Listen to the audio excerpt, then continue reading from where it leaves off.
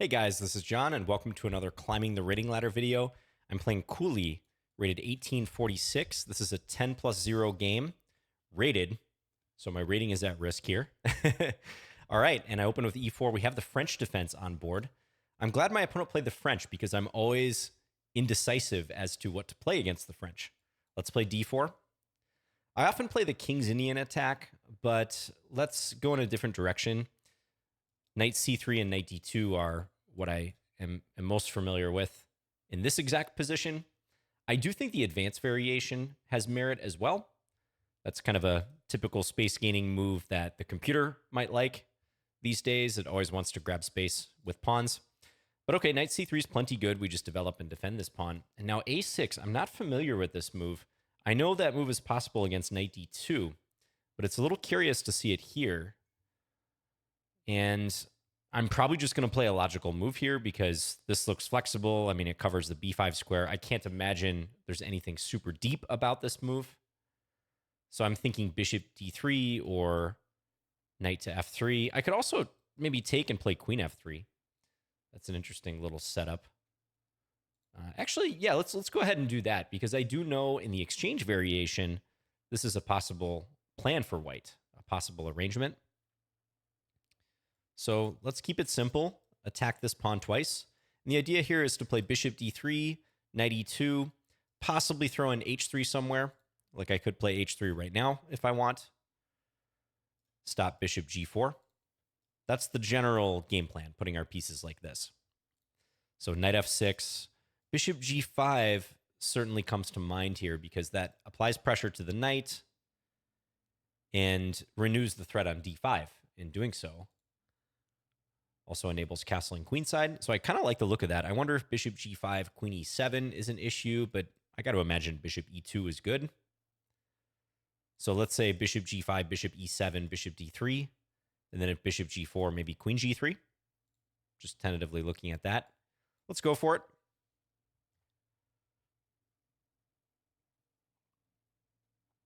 Ooh, this is hot. This coffee is not cooled down yet. But all right, we got potentially almost 20 minutes of gameplay, so hopefully this coffee can last. I'm good about dragging out my coffee, too. So, all right, bishop e6. Now, I could just snap the knight on f6 and try to play with this superior pawn structure.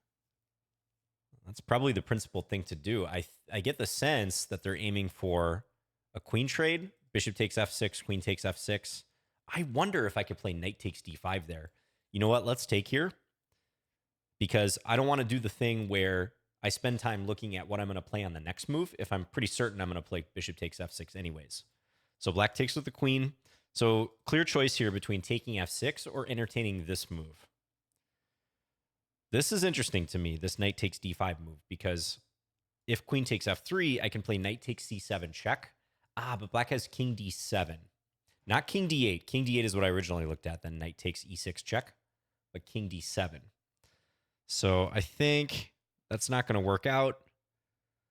So let's trade. And we're going to play this middle game against the bishop pair, but the worst pawn structure that black has. These doubled isolated f pawns and the isolated h pawn. I don't know why black is thinking here. As much as I like to spend my time, there's clearly only one move. Yep. All right, so how do I want to put my pieces from here? I'm just thinking kind of broadly. I'd like to apply pressure to these pawns. This reminds me a lot of a Queen's Gambit decline line that I play. So I could still pursue this, but I do have to watch the knight coming to c6 quickly and also coming to b4 in some cases. So I wonder if castling queenside is just the most flexible thing to do here. I kind of get the sense it is. So let's play it. I could try to castle kingside, but I'm a long ways from that. Castling queenside looks decent. It helps defend this pawn, helps coordinate. And now I can figure out what I want to do on the king side. All right. Yeah, is it worth playing a3? I don't know that knight c6 is really a threat. King b1 is a move I could play. I think king b1 is handy.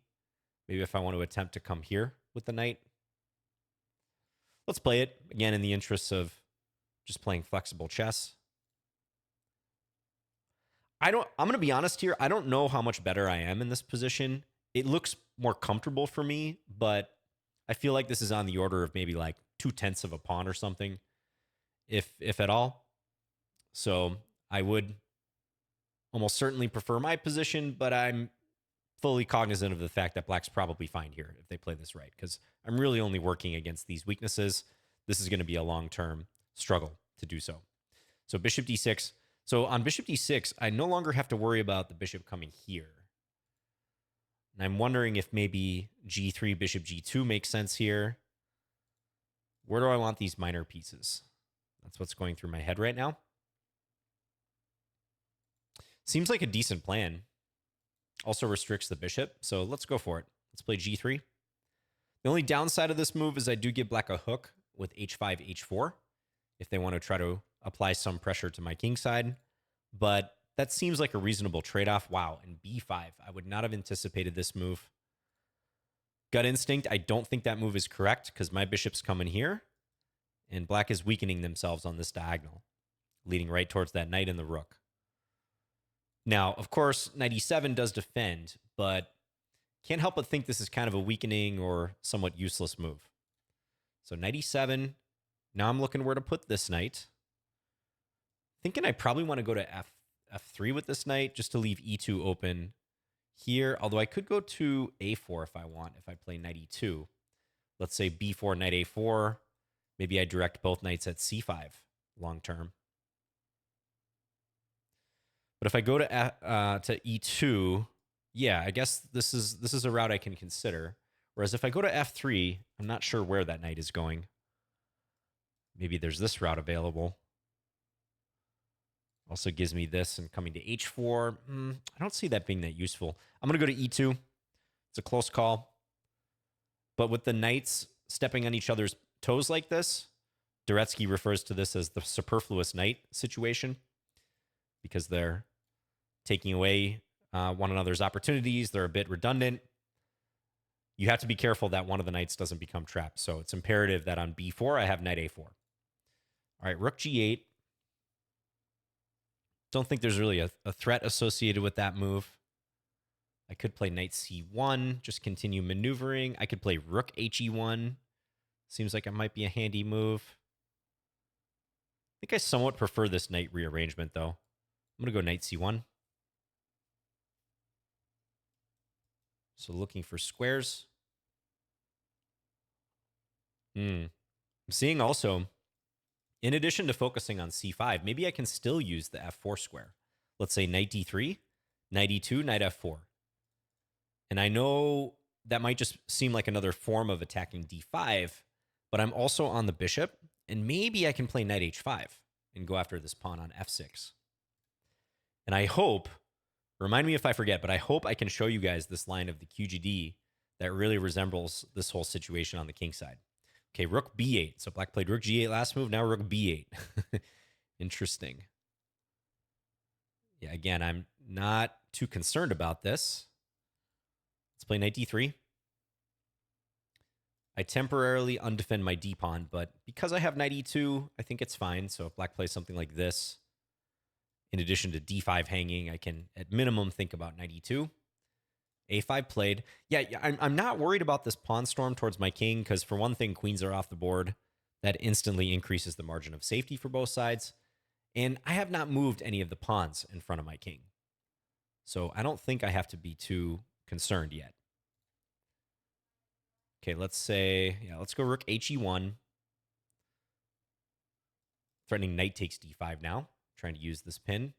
Yep, king d7, that makes sense. Good move. All right, and now here, knight c5 could be an option. Take. And I'm even thinking sneaking this knight into e4 to attack f6. I could also continue maneuvering, doing what I mentioned. I could try to play some, semi-waiting move and see how black reacts. This a4, I think, would really help me, actually. Don't have much time, so definitely looking at this one. It's pretty forcing. Kind of think the king can park itself on c6 at that point. So I may make use of a waiting move here, is what I'm thinking, folks. Yeah, let's play h3.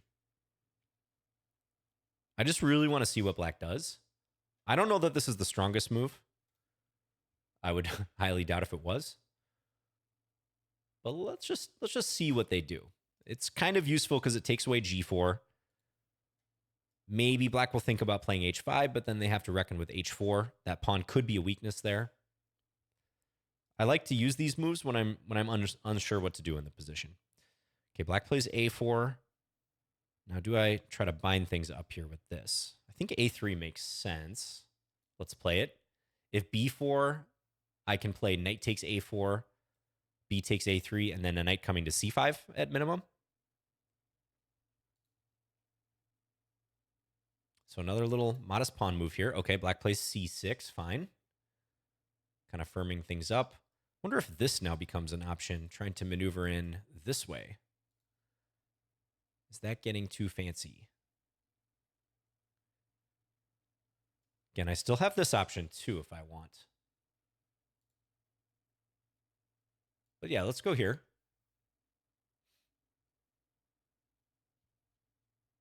Two and a half minutes left. No increment, remember, so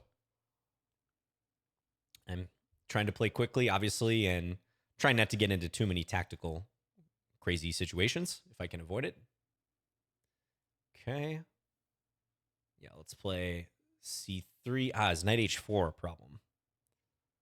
Ooh, knight h4 could be interesting. I don't think that's an issue, though. Knight h4, I can play bishop h1 if I need to. And the knight will be under attack. So to me, black's dark square bishop is a pretty valuable piece. They do not want to trade that if they can avoid it. So they go back. Yeah, let's go here. Looking for this and then knight c5. Maybe black will play bishop f5 and try to pin me. Can always sidestep if I want. Plays rook b6. Okay. So again, this knight c5 move comes to mind. Not quite ready for it, though, yet. I'm going to play king c1 just to step out of this. Not really concerned about bishop takes g3, if you were wondering. I don't think that will ever be sound. Black gets two pawns, but again, losing that dark square bishop is pretty bad news for them.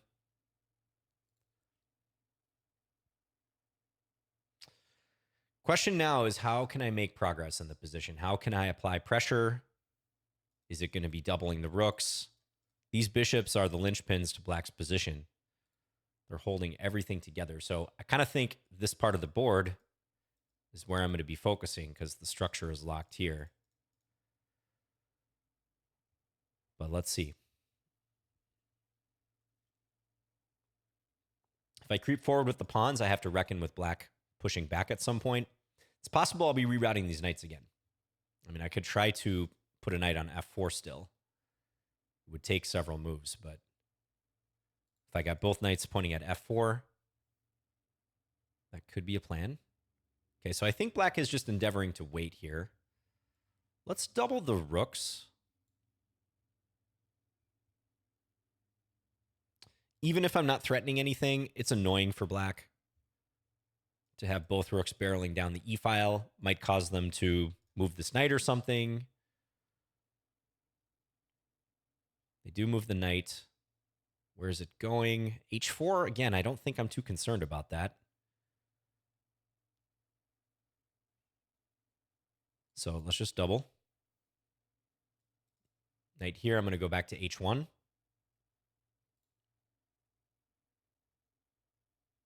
Maybe I'll play bishop f3 and on a good day play bishop g4.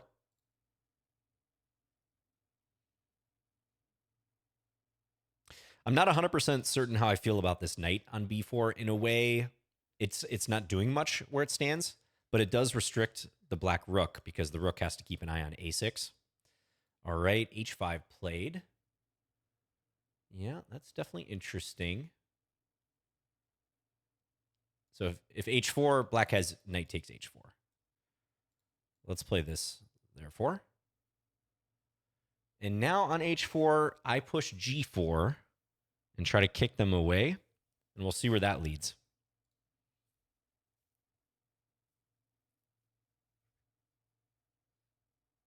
Perhaps next I can try to move this bishop back and look for f4, f5.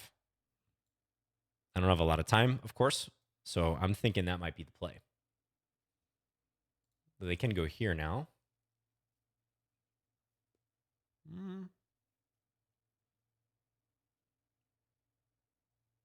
Let's say knight g6, rook f1 to maybe try to threaten this again. They go f5 right away.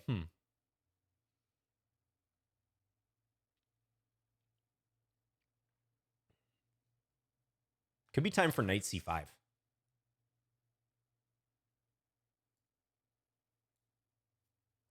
Or taking first. Or just f3. I don't know. I'm going to play f3. With my remaining 44 seconds. This really boxed in the bishop, though. I don't know about this move.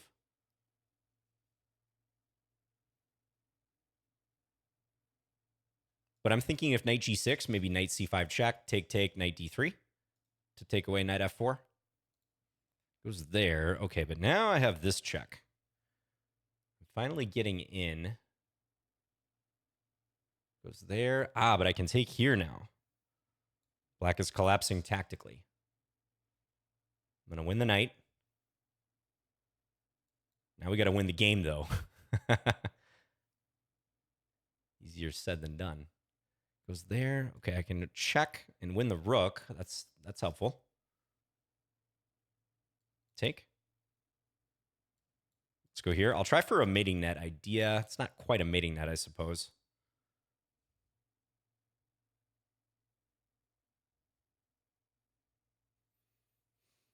Take. I'll take with the f-pawn. Rook f8, bishop g2. Guard the infiltration squares. Yep. This opens my bishop, so I'm pretty happy about that. Yeah, bishop g2. Just cover. Pieces working in tandem there. Okay, let's play a useful move. I might play king e2 and then bishop f3. Just to be real thorough. Let's bring this over. Rook's under attack.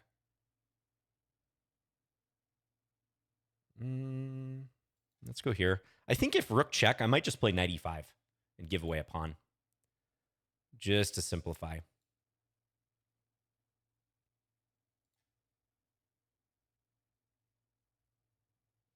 C5, maybe rook h5. Could also take this one, but...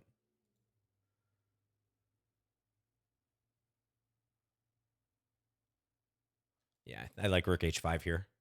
Simplest move. And I don't think black's going to trade rooks because my h-pawn's a runaway at that point. So let's take like this. Bring this back. Yep. Black just desperate at this point, trying for anything they can do to wiggle into the position.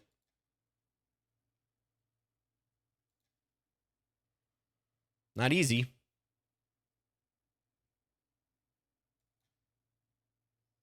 Never easy when you have 13 seconds left. Let's push. Keep pushing. Oh, bishop d5 was not legal there. That's fine. Now it is.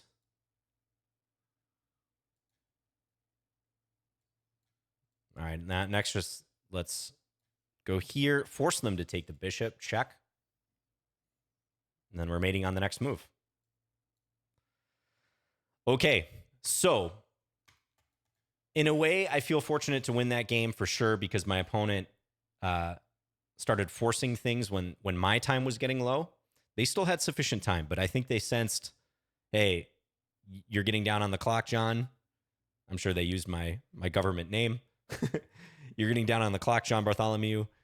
I'm going to see if I can complicate the game and take it to you. But I think bishop g3 was a turning point there, allowing this knight c5 check move. Now, if black had played king c8, I think the position is still reasonable because I probably wouldn't play rook takes e6 at that point. I'd probably go like rook f1. But then I'm on the bishop. I achieved that knight c5 move. I do think this was a pretty big mistake. So I'll be curious what the engine says. I mean, F3, I wasn't that happy about this move. It felt like I was really pushing this keep the tension, wait for them to make a mistake concept pretty far here. But I think Black handled the middle game actually pretty well. I mean, I was skeptical of several of these decisions. The original decision to take on the double isolated F-pawns. Maybe that's not so bad for Black. I didn't think B5 was very good for Black. I thought that was weakening. And then Rook G8, Rook B8. To me, these all felt like kind of micro errors.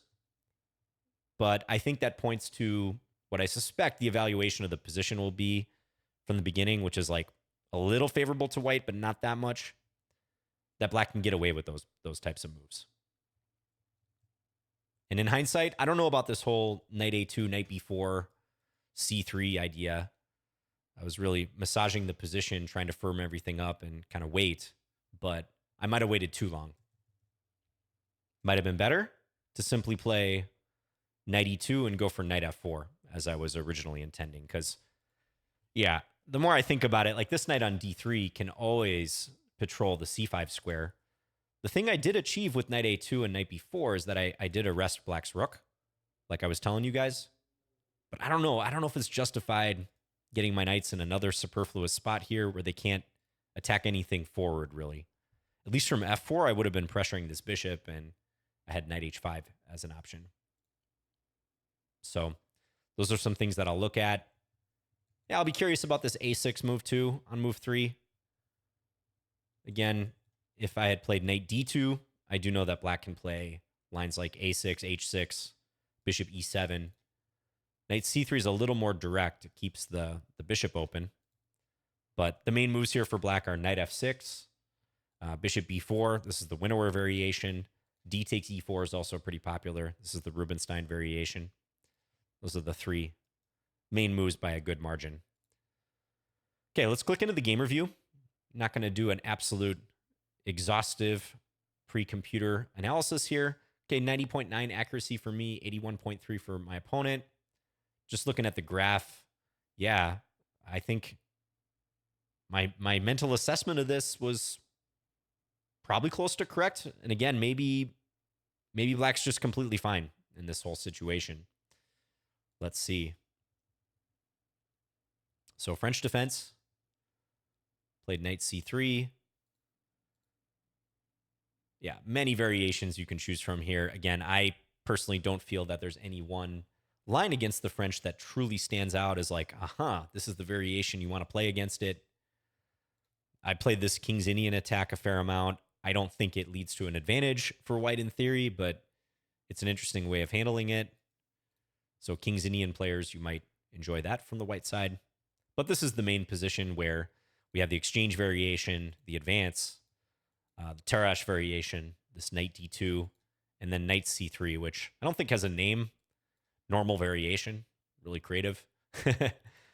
So Knight D2, I'd say the big advantage of Knight D2 is that you avoid the winnower, Bishop B4, which is possible against Knight C3. Here, White can just play pawn C3 and kick the bishop back. Also, sometimes there's something to be said for example, in this variation, Knight F6, E5, Knight D7, putting the White bishop on D3. And then after these typical moves, developing the kingside knight to E2. And then this knight comes around to F3. That can be a good circuit for the knights where they kind of fit together really nicely and they both help support this D4 square. So there are some things to be said about this Knight D2 move. You do take your eye off the D4 pawn. Black can play C5. That's one notable move Black can try here that against Knight C3 is not so good. But they do play this against Knight D2 pretty frequently. The reason C5 isn't as good here is because the D-file situation is a problem for Black. So if White plays like this, take, E takes D5, take on C5, there's a double attack here on D5. But yeah, A6, let's see in the database what the popularity of this move is. 170 games in this database out of 73,000 plus. Not very many. Yeah, I'd be curious. I mean, h6 is also played, bishop e7, but you can see by far bishop b4, knight f6, and then d takes e4s in third. These are the two main moves, bishop b4 and knight f6. Let me know if you played a6 before against knight c3. I mean, possibly black got their lines confused. Because against knight d2, you can see a6 is played more often. Still not very often, but more often, relatively speaking, than against knight c3. So I do wonder if they got their lines confused a little bit. I think all these are reasonable moves. Yeah, knight f3 and bishop d3 were my first thoughts here. Typical computer replies here, g3 and also h4. You can play h4 anywhere, guys. h4, h5 for black. It's getting thrown in all sorts of mainline openings. But yeah, g3 I wouldn't really have thought about. But then again, later on in this game, I did go for that.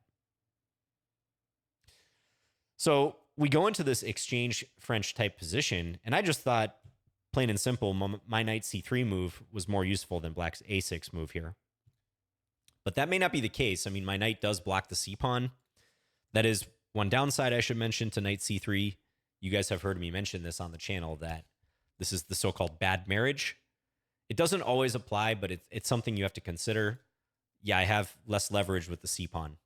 So even in those knight d2 lines, sometimes white plays c3 and supports the center. The c-pawn is just more mobile. So I do feel on the balance, this should be a slight victory for me, but the engine isn't budging from absolute equality here. This is the pure exchange Slav, which is also pretty much equal. Or not exchange Slav, exchange French, I should say. Sorry, I've had the exchange Slav on my mind because I've been playing it and looking at it a little bit lately. Yeah, I think this or this are probably more testing options for white at this point, let's say. More challenging moves. Okay, I went for this, attacking the pawn. Black defends, that looks pretty normal. Bishop g5. Yeah, bishop e6, that is the top move. Yeah, I guess at this point, it's hard for black to avoid the pawn structure damage, because if bishop e7 is played, I can probably take and do this.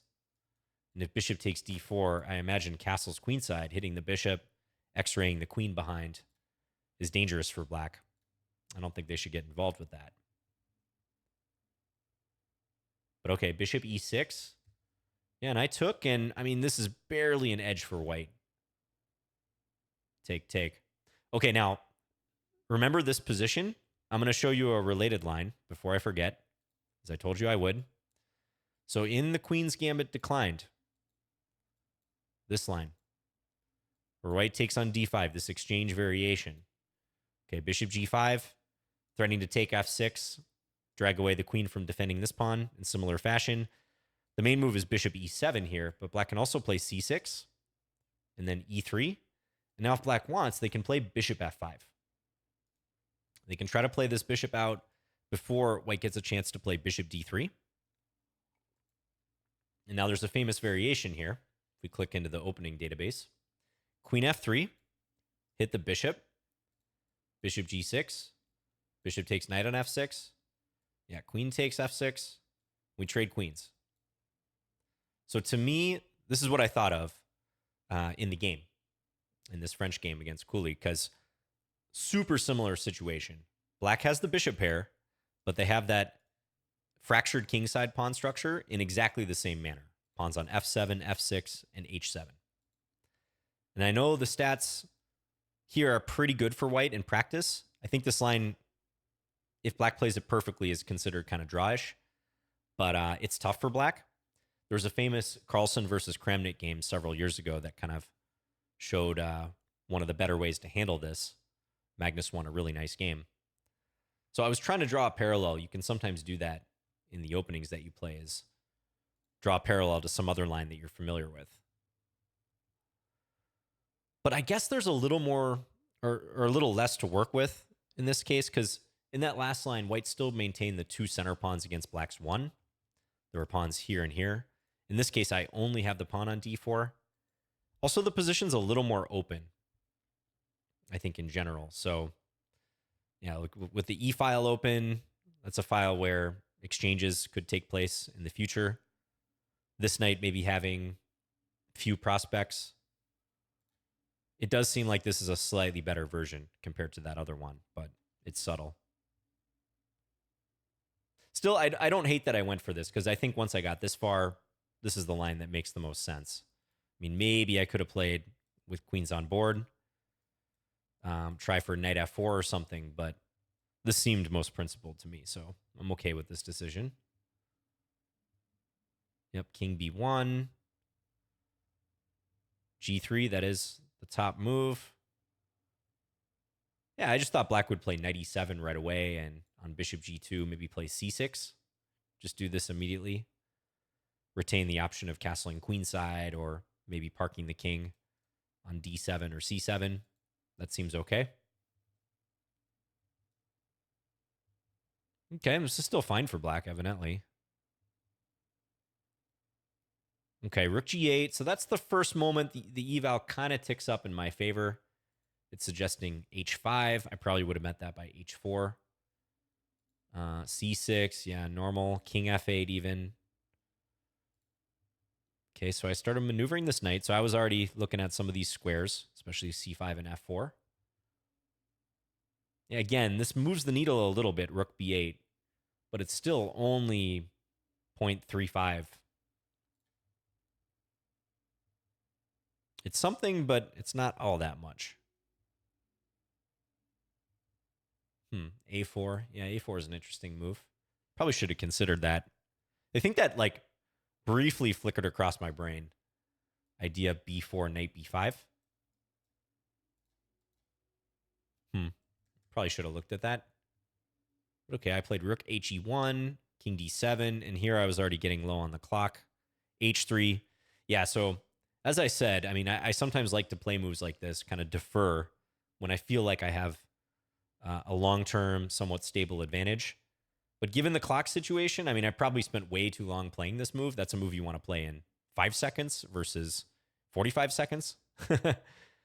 So probably spent too long on that one. Yeah, A4, that does look like a good move. Some of these other suggestions aren't too inspiring. B3, rook D2. Huh, it actually does say B4 is okay. So I was really hoping for this scenario. But the engine is not very impressed. Yeah, it even says this is playable for black. And just keep the king defending the bishop. Another position, visually, it looks comfortable for white, but where's the beef, as that old commercial says? Where's the meat of the matter? Because really, I'm just attacking the bishop and some vague hopes of attacking these kingside pawns. But, you know, I have to watch my h3 pawn. It's probably pretty easy for black to reinforce this.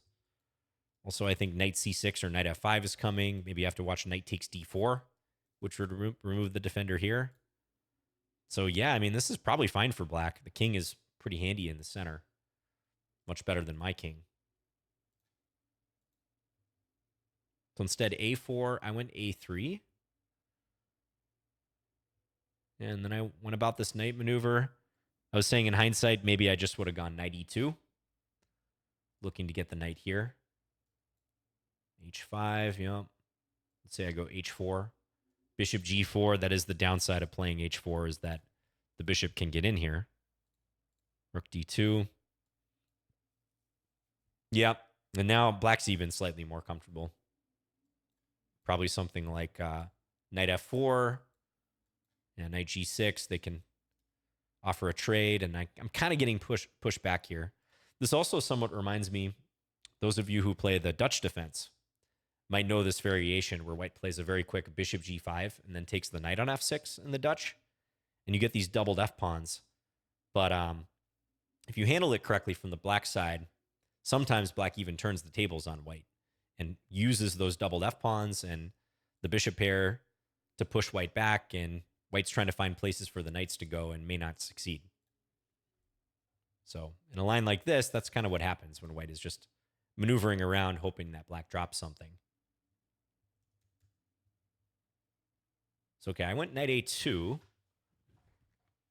Yeah, maybe this knight f5 idea was kind of a waste of time for black because they didn't ultimately play knight h4 coming up. So I think I agree with what the computer is saying, which is go for h5 and try to threaten h4 in a lot of cases. That looks more useful, let's say. Because let's just say I play, I don't know, knight b4 here, h4. We'll ignore this thing for now, which apparently is not even that good. Because of the tension here, I kind of had to play this g4 move, and then f5 starts becoming a possibility for black, as you saw in the game. Black's putting these weak pawns to use. Threatening to take here. Yeah, f3, that was the dilemma I had in the game too. We'll see that coming up. It defends the structure, but it locks in my bishop. I mean, I wonder if black can even reload in some cases. Probably doesn't work tactically here. But that's potentially what could happen on the king side if black can make use of these pawns and start pushing them forward against my pawns that I've moved over there. But okay, knight f5. I went for c3. So it's saying knight c5 is a good idea at this point. So why is that? I don't really know why. Knight b4. So I don't think it's realistic to break through or anything. So what if black just waits here? I don't know. I think it's just saying that it's good to get that dark square bishop off the board. And even if you have to double your own pawns to do it, that's better than letting it live. Because that bishop is useful in helping attack g3 and just guards so many squares. So I'm looking at what the computer's recommending. Like, this plan doesn't seem that ambitious or anything, but I think that's what it's reflecting, is that you want to win this bishop at some point, John. Force black to take it. So I played c3, though. Yeah, knight back to e7 again. I don't really know why black decided to do this maneuver. It looks like they could have gone here, too. Maybe they were still vaguely worried about this, but it seems kind of slow for me. Okay, now it's back to half a pawn advantage for white.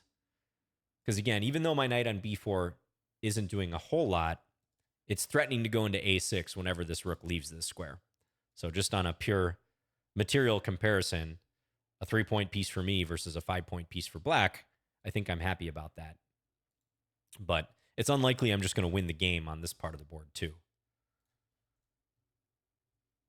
So I played king c1, king a2, rook e3, bishop f1. I don't know. Just feels like some maneuvering is required here. King a2. I moved the king to c1 because I did want to escape this. But this might be better for some reason I don't understand. Maybe the king's just safer there in general. I kind of like the look of this rook e3 move as well. But it does invite knight f5 with tempo, or maybe black continues with h5. Some lines like this. This looks kind of like the game. Yeah, this looks a lot like the game, actually. I think the only difference is my rooks were here. This is subtle. This is subtle, folks. So king c1, still a decent edge for white. I mean, we're talking tenths of a pawn difference between these moves. h6, I think black was just waiting. I decided to double my rooks. And here things got a little more forcing because I saw black wanted to go h4. But I can't play h4 myself because of takes, I thought. Apparently even this is playable for me. Oh, only if I throw this move in first. A little in-between move. And only then take the knight. Okay, I'm not going to find that with a minute 30 on my clock or whatever. So I went here. So on h4, I can play g4 a little more comfortably, not having to worry about this stuff. Yeah, now I went bishop h1. Like, this whole sequence, bishop h1 and f3, felt wrong. But I had so little time, I just went for it. Again, rook e3, king d2, knight c5. Like, these moves just seem so I'm just looking at this top line of the engine. They seem disconnected. Rook E3, King C7, King B1, Knight G6, Bishop D1. It's a lot of moves that are kind of abstract. I get the sense if this was in like the TCEC, one of these computer chess championships, you would see those moves.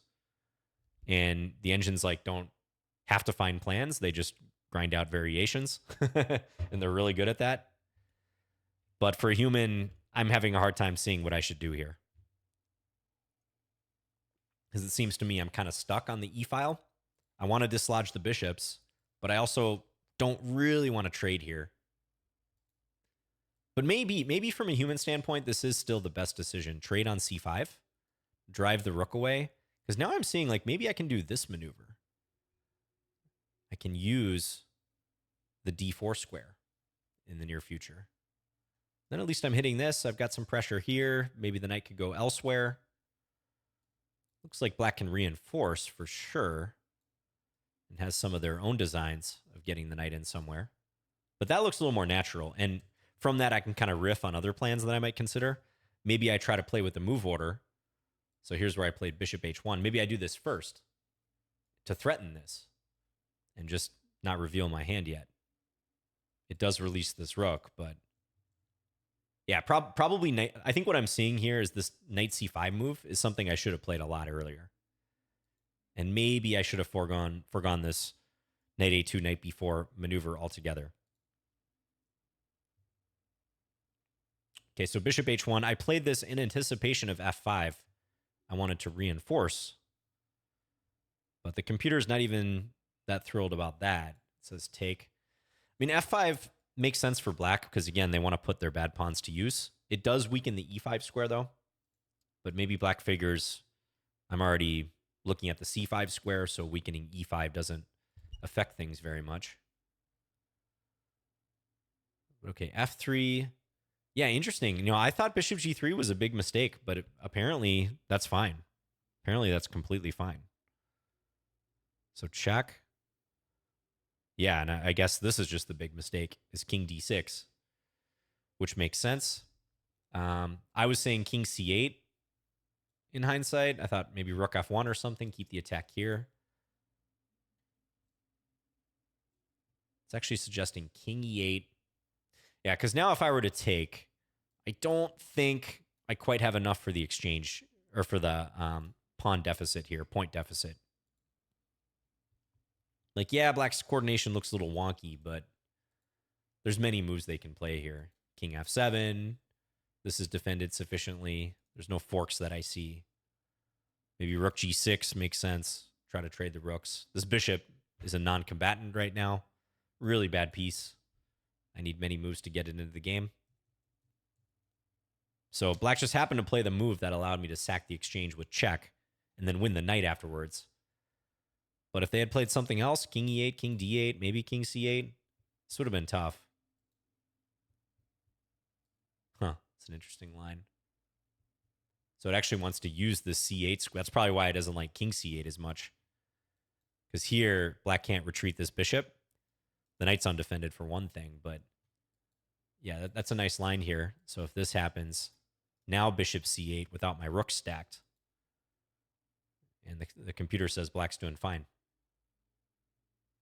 Just hard for my knights to get in, or my pieces to create further threats. These bishops do play a big role.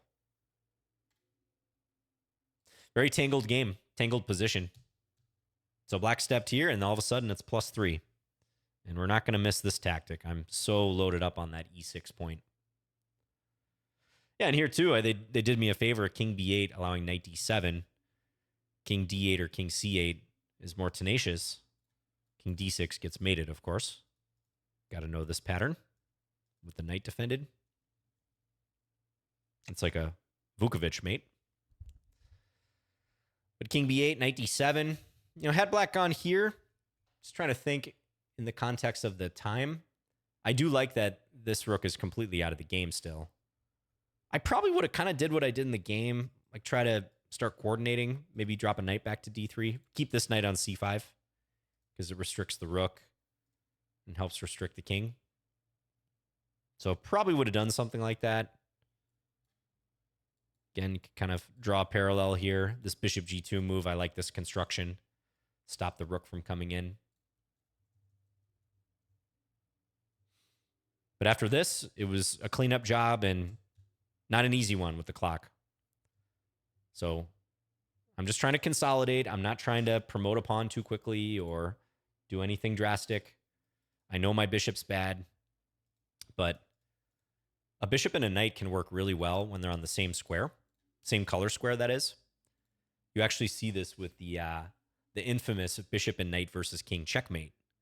A bishop and a knight on the same color square influence each other nicely. They complement each other nicely because the knight will control the opposite color square, right, that it's on, and the bishop can patrol the other color complex. So a little pattern to know there. So once I was fully comfortable, I had shut down Black's play down the F file. Now I can shift towards promoting my G pawn or creating threats. I did just make a practical call here, play knight e5, give a pawn back, but I got to get rid of their bishop in the process. Here too, rook h5. Like, yeah, this move's winning too, but why even let Black get a pass pawn? Why even entertain this when rook h5 is on deck, and if Black were to take, they're not going to catch this. Yeah, and we can't strive for perfection here. Just winning their rook, avoiding stalemate, and winning the game. That's more than good enough here. Okay, well, interesting game. Thank you to my opponent, Quali, for this one, 1846. I think they played pretty well. Again, some of those decisions early on for Black, after the queens got traded, I was kind of skeptical of. But at the same time, it's a testament to how sound Black's position is, despite the pawn weaknesses, that they could get away with kind of micro inaccuracies like b5, rook g8, rook b8. And they were holding their own for quite a while here. Yeah, and I think Black just jumped the gun a little bit. You know, I thought in the immediate aftermath of this game that bishop g3 was a bad move, allowing the check. But as you saw with the analysis, had Black not blundered into this rook takes e6 idea coming with check and the subsequent loss of the knight, this was very much a game, even at this stage. So I don't know what would have happened here. Would have been really interesting.